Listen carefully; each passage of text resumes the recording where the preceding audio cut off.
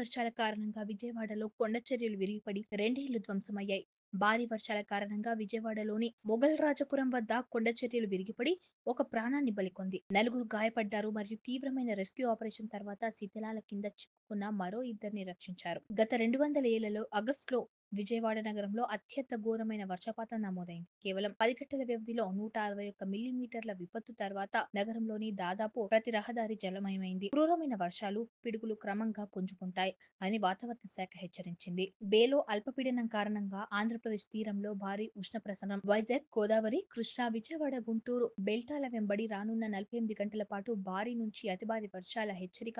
రాయలసీమ మరియు దక్షిణ ఏపీలో కూడా మోస్తారు నుండి భారీ వర్షాలు కురుస్తాయి. రానున్న 24 నుండి 36 గంటల్లో ఆంధ్ర, తెలంగాణలో వర్షపాతం తీవ్రత పెరుగుతుంది. సెంట్రల్ ఏపీ జిల్లాలో నిన్న రాత్రి భారీ వర్షాలు కురిశాయి. కృష్ణా, పెడన 202 మిల్లీమీటర్లు, విజయవాడ 167 మిల్లీమీటర్లు, ఏలూరు, అగిరిపల్లి 139 మిల్లీమీటర్లు, ఎన్టీఆర్, మైలవరం 126 మిల్లీమీటర్లు, కృష్ణా, మచిలీపట్నం 118 మిల్లీమీటర్లు, కోనసీమ, మహిళీపురం 114 మిల్లీమీటర్లు, గుంటూరు, తాడేపల్లి 108 మిల్లీమీటర్లు. రానున్న 24 గంటల్లో మరిన్ని వర్షాలు కురిసే అవకాశం ఉంది. సబ్స్క్రైబ్ చేయండి.